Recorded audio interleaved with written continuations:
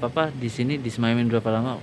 Jadi hari Kamis ini akan ada ibadah penghiburan nanti malam dan akan live streaming juga di YouTube di RT Music Production.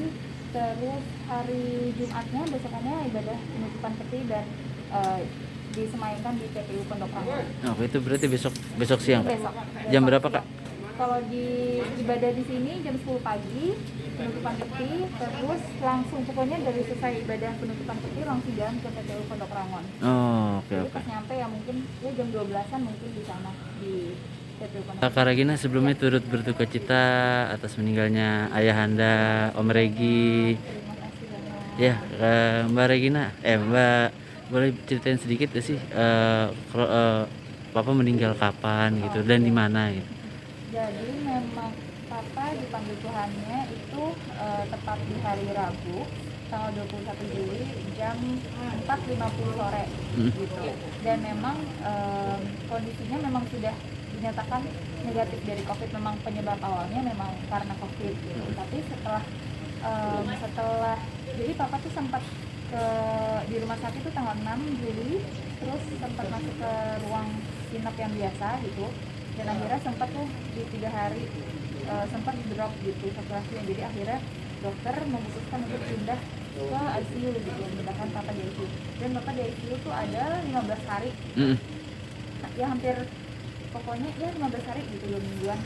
Terus akhirnya sebenarnya badai COVID-nya itu memang sudah dinyatakan memang udah negatif, tapi karena sepsisnya Papa gitu, akhirnya memang mungkin istilahnya organ-organnya tuh udah pada untuk melawan COVID tuh udah capek kali ya. Jadi akhirnya dibantu pasang ventilator karena paru-parunya udah berat juga sih untuk oksigennya tuh memang udah berat. Dan ya pokoknya memang akhirnya ya virus dan bakteri-bakteri itulah yang udah kemana-mana, yang melemahkan organ-organ tubuhnya ya, Papa berarti. organ-organnya. Oke, nah Kak, sebelumnya memang Papa ada penyakit bawaan kah atau seperti apa? Memang Papa ada penyakit bawaan ya. Dia memang ada penyakit tuh di lambungnya gitu. Memang ada sih, maksudnya ada penyakit yang riwayatnya tuh ada. Tapi memang sebelum terkena COVID terus akhirnya ngedrop gitu, memang Papa dalam kondisi sehat atau seperti apa? Itu memang sebenarnya dalam kondisi sehat sih Mas. Jadi sebenarnya sempat ngedrop tuh mungkin karena obat-obat yang masuk gitu ya, maksudnya karena memang lambungnya mungkin memang nggak kuat gitu.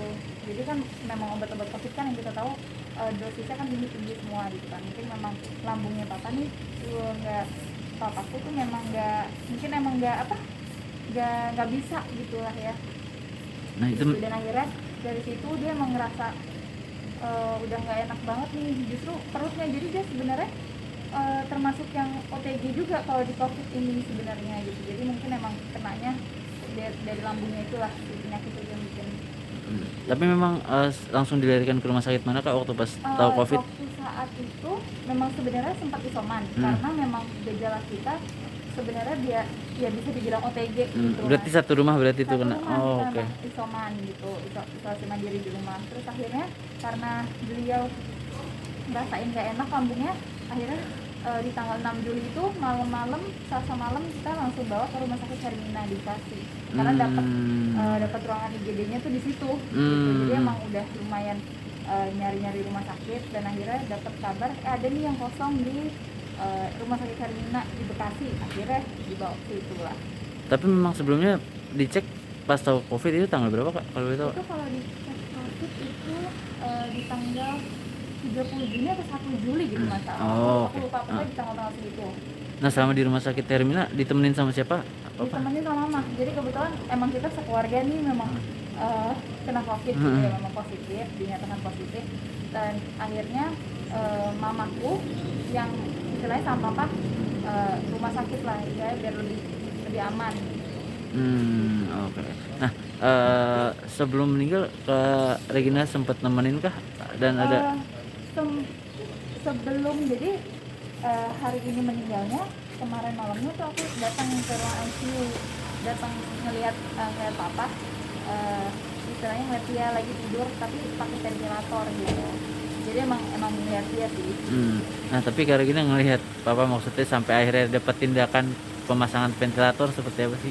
Rasanya rasanya sih ya gemeter juga ya maksudnya rasanya waduh gimana nih, ya sempat rasa kekhawatiran itu ada gitu ya, cuma istilahnya sampai sini aku, keluarga aku, mama dan adekku Reno, kita tuh benar-benar sepakat kalau memang waktunya Tuhan buat papa ya sekarang ini gitu. Jadi memang gilirannya dia memang sekarang, jadi memang semuanya untuk mendatangkan kebaikan gitu. Tapi memang udah ikhlas ya Kak sebelumnya Kak? Puji Tuhan kita sekeluarga ikhlas, maksudnya memang versi terbaiknya Tuhan yang ini gitu. Setelah kita manusia emang nggak bisa apa-apa gitu, jadi memang semuanya udah Tuhan bikin pasti baik. Papa meninggal di usia berapa Pak?